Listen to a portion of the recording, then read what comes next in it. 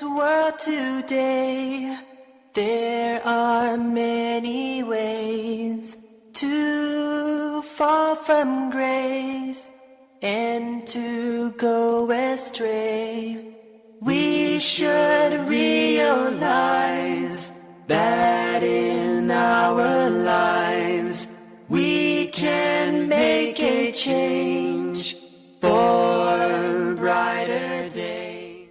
بسم الله الرحمن الرحيم. الحمد لله رب العالمين، والصلاة والسلام على أشرف الأنبياء والمرسلين نبينا محمد وعلى آله وصحبه أجمعين.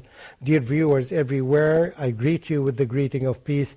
Assalamu alaikum wa rahmatullahi wa barakatuhu. Peace be unto all of you. This is a new episode about the same theme, which is the two options. And this almost happens everywhere in the world, not just in the Islamic society. But the topic that I'm going to talk about is a very sensitive one. It's not easy really to accept unless a person really submits his intellect and his brain to Almighty Allah. It's related to an issue that's almost common since the beginning of Adam, the creation of Adam alayhi salam, until nowadays, and it will continue on and on in the coming years until we meet Allah subhanahu wa ta'ala, until the day of judgment takes place. It's an issue of polygamy. Yes, I can see some smiles and see some whisper and hear some whisper. People are talking about it, chatting about it. You know it's not easy to accept. But this is a situation where we have two options. Either option number one, which is accepting the command from Almighty Allah, that's very clear in the Quran and in the Sunnah of the Prophet sallallahu alaihi wasallam. فَانْكِحُوا مَا طَابَ لَكُم مِّنَ النِّسَاءِ مَثْنَى وَثُلَاثَ وَرُبَاعَ. You can marry 2 or 3 or up to 4 women. I know it sounds very strange for some people. It sounds very odd. It's unfamiliar. But in the last at least 2 or 3 decades, because of the spread of the Islamic knowledge everywhere, particularly through the internet and the satellite, it made it now more common to the ears of the people than before. Or the other option, which is option number 2, don't take this command, don't apply it in your life, and follow your own whims, and only you would stick to say that I'm going to marry. Every man in the world would marry only one woman. Well, this is the common, this is the norm, and Islam says that this is the norm. However, Islam is totally different from this. Now let's analyze the problem here. Before we analyze the problem, I would say that any Muslim would know that Allah knows best. And the verses in the Quran that says Allah knows and you don't know. Allah knows what is good for humanity and how the problems of humanity can be solved. And if you study this, and all the people who studied this problem, they would find that there are some solutions for these problems. Let's discuss the problem of having more women than men in the world. It's something that has been going on since the creation of Adam until now. So what is the solution? One solution is we tell the women that who don't find some husbands to marry them, you can control yourself, suppress your desire, and wait until death comes to you. One solution. Lots of people tried this. Christianity has tested this. Monks have tried to do that. Nuns have tried to do this. And I'm not going to explain it in details, but you can read some research in the internet. Ask Mr. Google or Sheikh Google in the internet, and he will give you the answers. Very shocking answer. For those who tried to suppress their desires, they failed to do so, and the result was adultery. Hidden and concealed adultery happening. This is one solution, which is quite apparent. It doesn't work. We have at least in the world 50 million women more than men. This is at least, this is a humble number.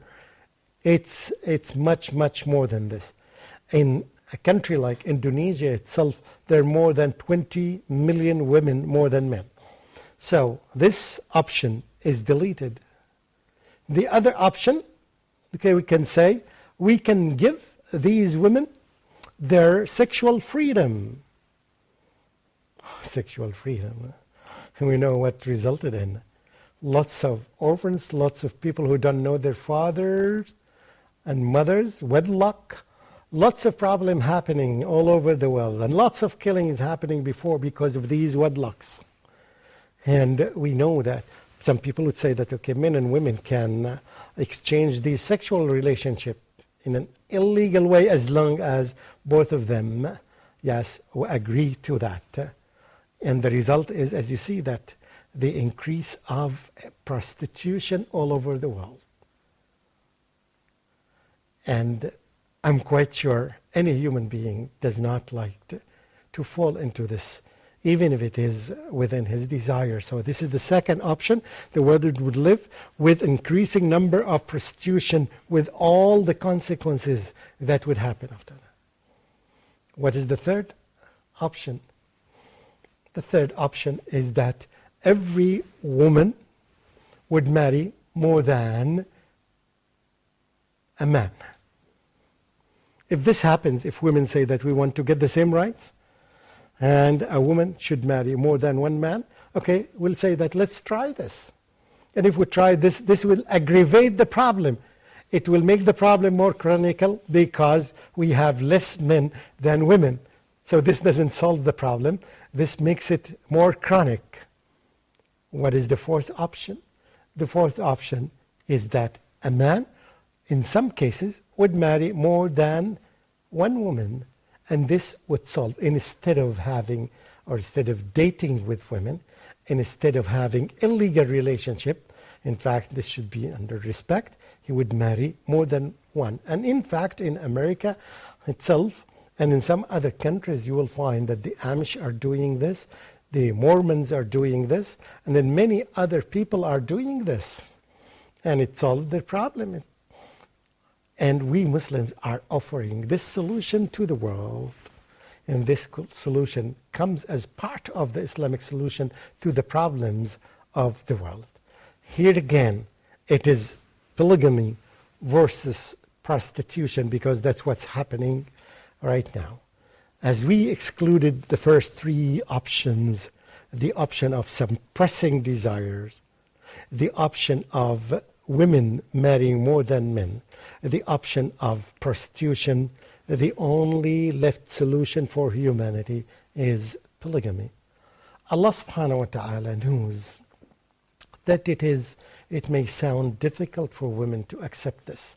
However, if the norm, it becomes the norm, as long as they don't object to the decree of Allah subhanahu wa ta'ala. We know that it is difficult to happen, but once it happens, it becomes the norm.